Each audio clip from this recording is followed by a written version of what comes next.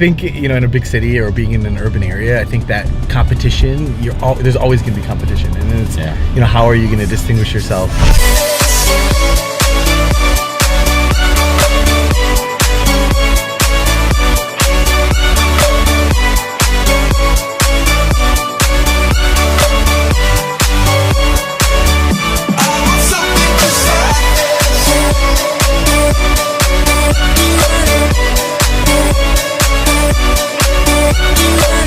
So we're looking at another space, and kind of narrowed it down for a couple, right? And I think that this is going to be the right spot. So I think it's important to talk about like what we're looking for. So classically, at least in dental, we talk about finding something that has less cost per square foot, low construction costs. We're very much the opposite of both.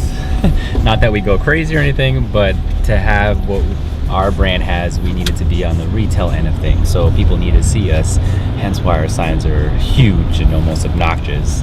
And we also make sure that when we build out with a certain aesthetic and a certain design that people can relate to. So it's not uber bougie, but it is relatable, like you're at a family home. I think, one thing that you hear a lot of is, how many times in dental school when you have like business classes, they talk about what is the dentist to population ratio. Honestly, I don't know, but there's 9 dentists on our block. In a big city or being in an urban area, I think that competition, there's always going to be competition. And then it's, how are you going to distinguish yourself, to your customer base, right? Well, luckily we've thrived with the competition. Yeah. That's kind of been one of the things we actually look for. Exactly. It's like, where can we be that's close to the action? Yeah. Ironically, our second location, which is in Streeterville, is actually like 2 blocks away from Michigan Avenue. Yeah. So to give perspective of how competitive that area is, and that one got busy insanely fast. When we opened South Loop, and then obviously when we started looking for Streeterville, we immersed ourselves into those neighborhoods, right? Obviously, you lived in South Loop at the time, and I lived in Streeterville for 4 years, and I think we knew the area really well. And I think one thing that we did when we looked for Streeterville is we went out to eat there. We said, okay, what do people do? What is it? What does it look like? I think now, like going to, we should go. Where do people get coffee? Where do people go to the grocery store? What do people do on the weekends? Yeah. So, I think one thing that we like to do is really so our customer base are the people that live there. What are they doing, right? Where are they on the weekends? Where are their eyes? What are they thinking about? Yeah. What's going to drive them to come to a dentist that's in that area? So, part of it is, how do you find the best location in that neighborhood, right? And, I think one thing that we've learned is you can pick a location and the rent can be really expensive, but then you win because your marketing dollars go up. You don't have to spend as much. Exactly. Yeah. Right? A lot more eyes, a lot more foot traffic. Right. Hence why both our locations, we don't spend as much on marketing or PR. Yep. Kind of does it for itself. Exactly. To give you guys perspective too, the average dental office sees 30 to 40 new patients a month. When we first opened South Loop, within 3 months, we were seeing 50 to 60. Within 5 to 7 months, we were seeing 100. Between both offices right now, we see roughly 500 to 600 new patients a month. So the volume is there. And again, that's very low marketing dollars too. And do we do SEO? No. I know, that's always funny. People always ask us, how much are you spending on AdWords? On AdWords. And we're like, 0. We don't spend anything on AdWords.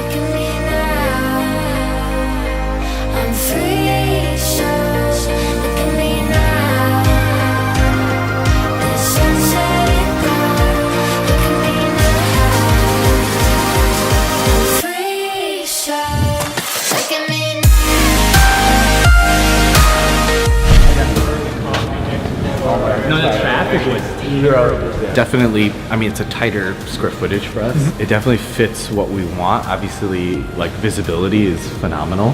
And, for us, we want to see that footprint.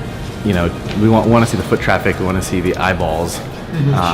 Great signage. And really, I think it's a blank slate, right, for us, right, to kind of build out what we want to see. How do you build the design and the culture, of the neighborhood into the practice? We did well in our other practices, and that's what we're trying to do as we kind of build out, our next space. Think about storage. I mean, look at our storage unit in South Loop in the expansion, that back area. It's you paint it, you patch it. It kind of looks like it doesn't.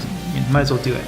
It's not going to add that much more cost. Drywall here, so we don't have to do anything there. Just go all the way across here. I mean, obviously this is not super usable, but it'll work for like storage. And it doesn't seem like, in a lot of the other spaces that we looked at in the neighborhood, there was so much demo that we had to do. There was, who knew what we would rip out and find. I think that's the other challenge in construction is how predictable can it be? I think it would be fun to think about what the design looks like for this space, especially with this neighborhood. It's so unique, like grungy, and you got like the professionals. Yeah. I would be curious to see how we can take our design to the next level. I really want to see what he revises with the way we have our check-in and check-out flow. Like, I want to see because right now we still think typically like in a checkout desk and a check-in desk. Like, what can we do different? Maybe we build out a checkout station that is small, very minimal, and not a station. It's kind of like a stand. Just that's it. You're standing up. I think we're all on the same page. We're open to different ideas to see kind of what we get from it. The seating area too, I'd love for that to be a little different. It'd be cool to see what he recommends for the aesthetic compared to the area. Are you excited about not having an office with like 7,000 square feet? Very much so. Easy to manage employees when they're there each day at that office. I think it's nice that we learned early that obviously making mistakes and building huge practices, and we spent $1.4 million on Streeterville and $80,000 in glass. Who the spends $80,000 in glass in a dental office? Don't you feel like he says it like with pride? He spent $80,000 on glass. I think it's going to be easier to manage, and it's going to be easier for us to grow and scale that way. I think it was important. I think we got out of our system. Like, I think we wanted the bigger office. We wanted, and I think we needed it actually. For that area, we needed it. The risks are taken. It's just a matter of expanding it, and it worked. It's just now that we're starting in a new location, it just makes sense for us not to go to 7,000. 2,500 is a sweet spot. But it's nice to know that we'll have room there, which is It would be actually really cool to add like a ping pong table, like a culture, like it would be fun. I think it would be cool. I mean, we're not gonna spend a lot. We don't like spending time in Streeterville. It's dark. We're not gonna want to spend time in the basement there. The question becomes, what if we don't get this? What is our next option? I like this as much as I like South Loop's location. I feel like this one is gonna have a similar visual impact. With the eyeballs. I think that people are gonna know where we are. So I think moving forward now, now we can tell our designer to get. I want the designer to get. I want for today to get going. Yeah. So I think we'll just tell him start getting AutoCAD and moving and figuring out how we can optimize the space, what creative options we have. No sense in spending on after we get the space, after we sign a lease. No sense in spending on all of that if we're not going to use that space. I think.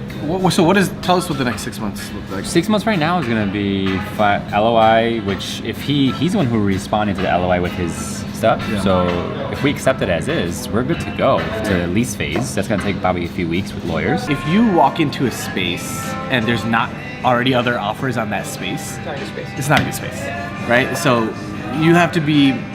I feel like a good space is one where you walk in, there's 3 other people that want it, and you're not getting money to build out. They're not coming down in rent. Yeah. You have a good space. Every location we've scouted, South Loop, expansion, Streeterville, we've had to compete with other people who want the space, and it becomes very tough when you have companies that have 30 locations in different retail businesses, and they're like, we're gonna put more money in it. So.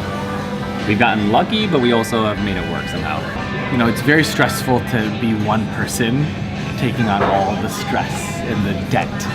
And I think for us, it's been awesome because there's 3 of us. We all think alike. We all see what the big picture is. We're willing to take a little bit more risk because we know that it's distributed between all 3 of us, right? And I think that makes it easier for us to grow. Huge risk takers in an industry that's uber the opposite. Yeah. Like complete opposite. All of us in dental school were taught to be as conservative as humanly possible. I think it's also translated because of how dentistry is in its profession work. They want to know all the numbers, and part of it is like an art, right? And I think that one thing that I think we're very good at is knowing exactly who our customer base is and knowing exactly where those people are, right? And finding a location that is amazing, that satisfies like our customer base. Take my